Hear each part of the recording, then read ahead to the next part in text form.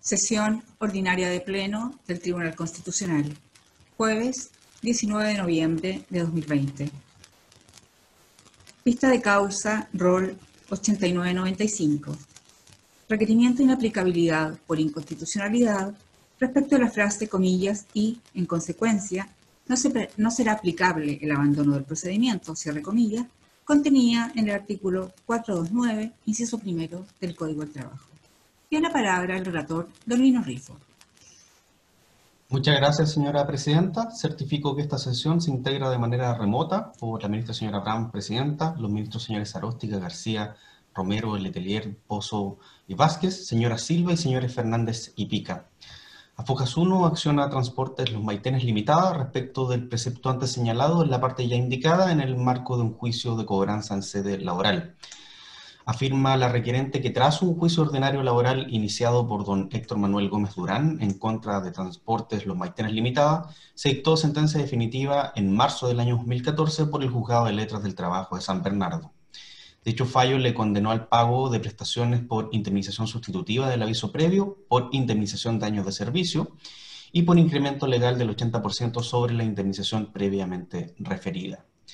Tras quedar firme y ejecutoriada la sentencia referida, se inició un procedimiento de cobranza laboral ante el mismo Juzgado de Letras del Trabajo de San Bernardo, y hace presente la requerente en este sentido, según consta Fojas 3 del libelo, que cuando el procedimiento llegó a cobranza laboral, había llegado a acuerdo con la parte ejecutante para pagar lo que consideraba en ese minuto correspondía.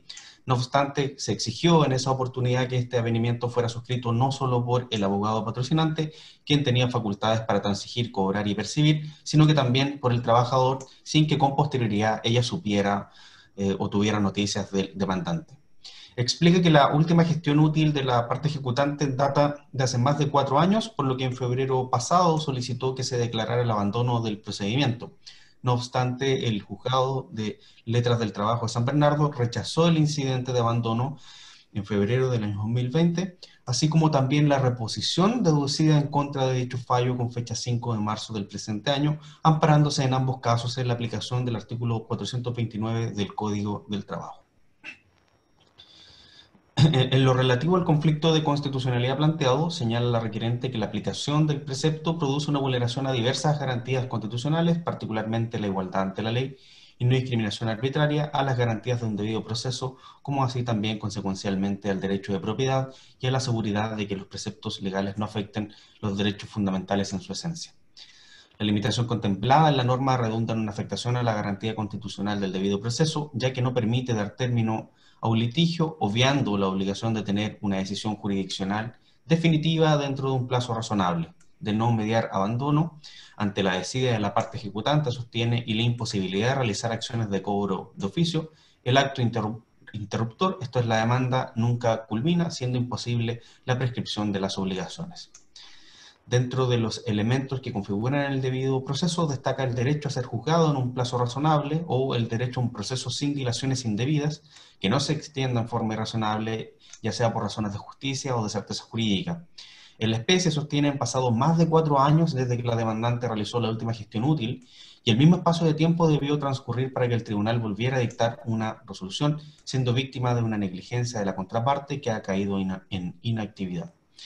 Señala que el precepto vulnera también la igualdad ante la ley, esto es el artículo 19 numeral segundo de la Constitución.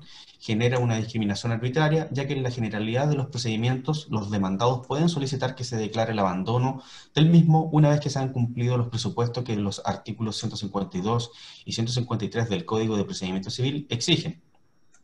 Presupuestos que estima cumplidos. En este caso, pues se trata de un procedimiento ejecutivo en el cual la sentencia se encuentra ejecutoriada desde el 30 de junio del año 2014, como estableció la resolución de misma fecha en el procedimiento declarativo que dio origen a este procedimiento ejecutivo. Señala por último que el artículo cuestionado afecta igualmente los derechos en su esencia, infringiendo así lo dispuesto en el artículo 19, numeral 26 de la Constitución. Se ha conferido traslado a las demás partes de la gestión judicial pendiente y a los órganos constitucionalmente interesados, y ha sido evacuado traslado únicamente por la requerente, según consta Fojas 266. Para tales efectos, destaca lo resuelto por esta magistratura constitucional a propósito de la norma impugnada, refiriendo que esta ha sido estimada contraria a la Constitución en la sentencia ROL 5151 de agosto del año 2018. ¿Es todo cuanto se puede relatar para estos efectos, señora Presidenta? Gracias. Por la requirente, y hasta por 10 minutos, tiene la palabra don Rodrigo Bordachán. Muchas gracias, señora Presidenta, y con la venia de este excelentísimo tribunal vengo a alegar por la requirente, Sociedad de Transportes Los Maiteres Limitada, solicitando que se pronuncie en favor de la inaplicabilidad por inconstitucionalidad de la parte pertinente del artículo 429, inciso primero, que dice, y no se admitirá en este caso, y en consecuencia no será aplicable el abandono del procedimiento. A juicio de esta defensa, en particular, aplicándose a los procedimientos de cobranza laboral, dicha disposición resulta inconstitucional. El presente recurso o requerimiento de inaplicabilidad y su alegato lo estructuraré en dos partes principales. La primera, respecto de la reafirmación de la admisibilidad de este requerimiento, y en segundo lugar, en la manera en que se afecta justamente los preceptos constitucionales establecidos en el artículo 19, número 2, la igualdad ante la ley, 19, número 3, debido proceso, 19, número 24, derecho a propiedad, y artículo 19, número 26, es la afectación de los derechos en su esencia. Respecto al primer punto, sin perjuicio que llegue una decisión preliminar de parte de esta excelentísima magistratura en torno a la admisibilidad, me corresponde hacerme cargo de la verificación de los supuestos efectivos del presente requerimiento. El artículo 93 de la Constitución Política, en su inciso 11, establece los requisitos formales justamente de esta acción. En particular, la existencia de una disposición cuya aplicación resultaría inaplicable en razón de ser inconstitucional, que esté incida en una gestión pendiente ante un tribunal ordinario o especial. Y en tal sentido, respecto del primer punto, se ha establecido en este requerimiento justamente la norma que estamos solicitando la inaplicabilidad, que es el artículo 429 en su inciso primero, en esa parte pertinente. Respecto de la existencia de una gestión útil, como lo dijo el señor relator, existe un pronunciamiento previo de parte del tribunal, sin perjuicio de ello, en las hojas 22 del expediente aparece certificación del mismo tribunal requerido en cuanto a que existe y la causa se encuentra en tramitación.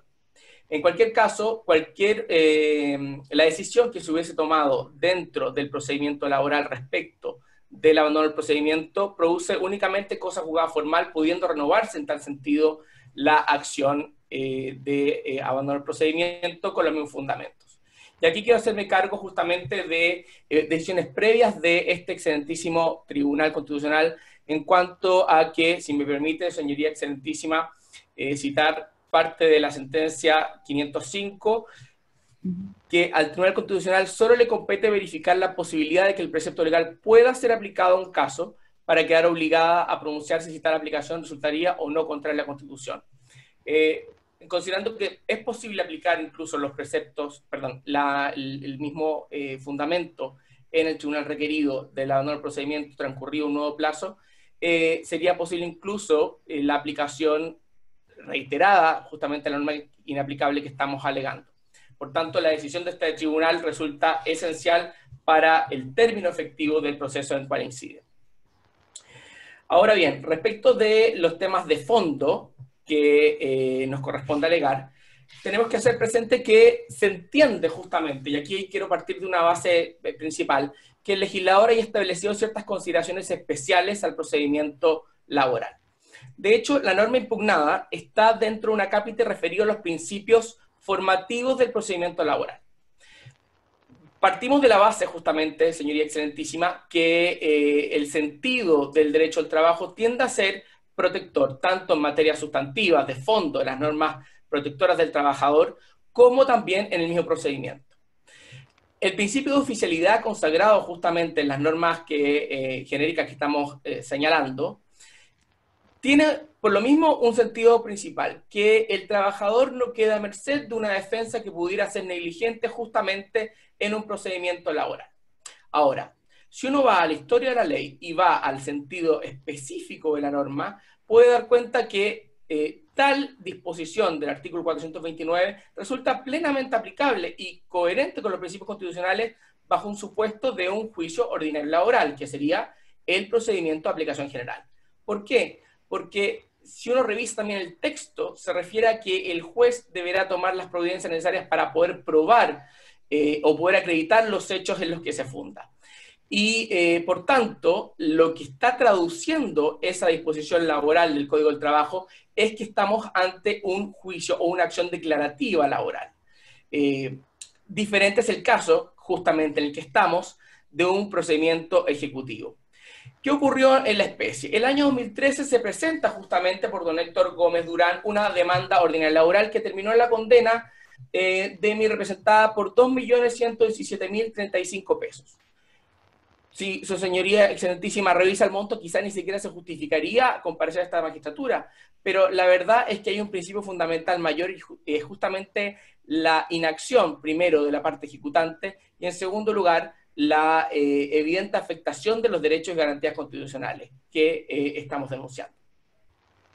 Este juicio ordinario laboral terminó en una sentencia condenatoria que, de oficio, justamente aplicando el artículo 429 del Código del Trabajo que se impugna, se inició en el mismo juzgado de San Bernardo, que hace las veces de tribunal ordinario laboral y de cobranza laboral en cada uno de los casos.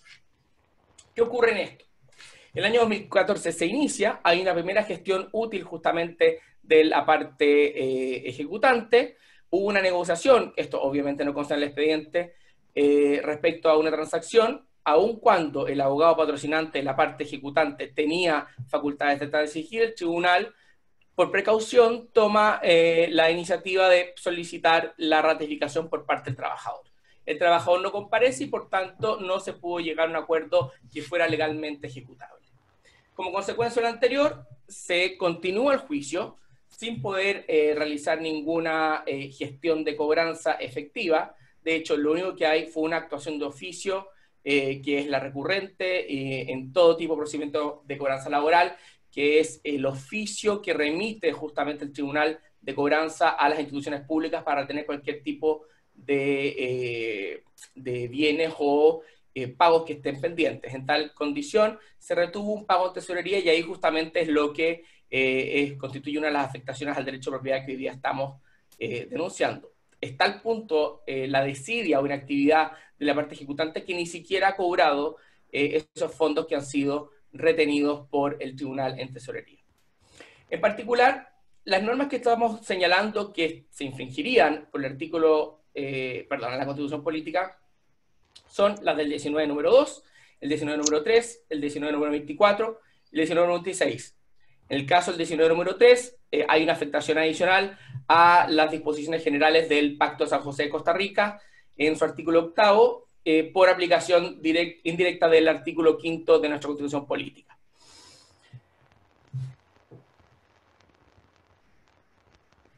Este no es un tema nuevo, señoría excelentísima, para este Tribunal Constitucional. De hecho, hace pocos días, el 8 de noviembre recién pasado, se dictó sentencia justamente declarando la inaplicabilidad por inconstitucionalidad de esta misma disposición. A diferencia de este caso, esa sentencia incluso alcanza al artículo 162 del Código del Trabajo, puesto que se están cobrando condiciones previsionales. Y así hay muchas otras sentencias en ese sentido. Respecto al artículo 19, número 2, la igualdad ante la ley, se está dando una infracción porque se hace una discriminación, primero arbitraria, entre la condición de un demandante y un demandado. Y se hace una discriminación arbitraria respecto del procedimiento en concreto y específico. La primera pregunta es si cabe al legislador establecer distinciones o diferencias en la ley. Y la respuesta es afirmativa.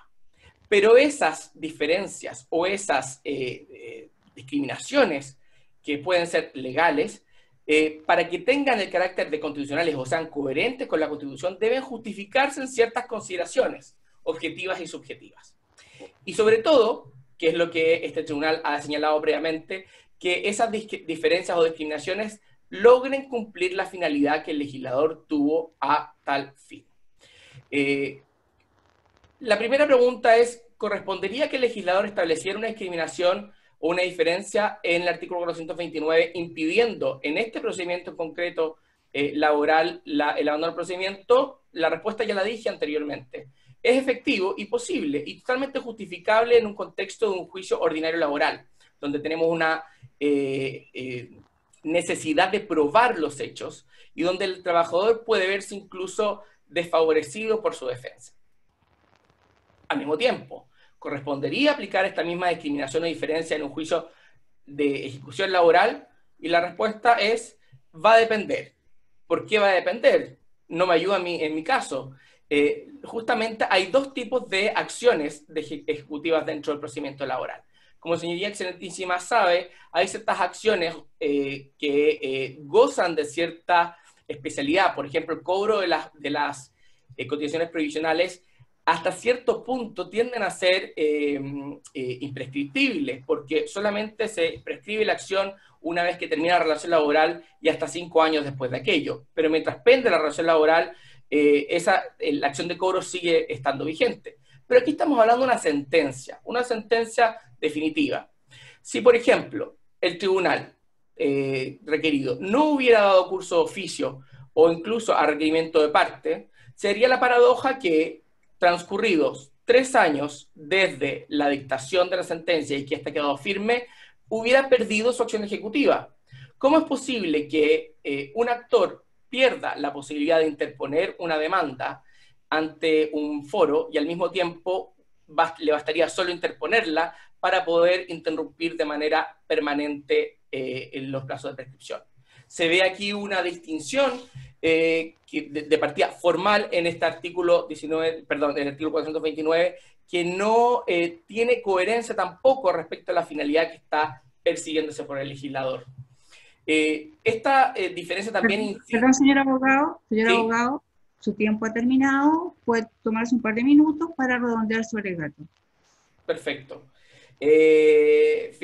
Solamente para terminar, la mayor afectación que se produce en el artículo 19, número 3, es respecto al debido proceso. ¿En qué sentido, señoría excelentísima?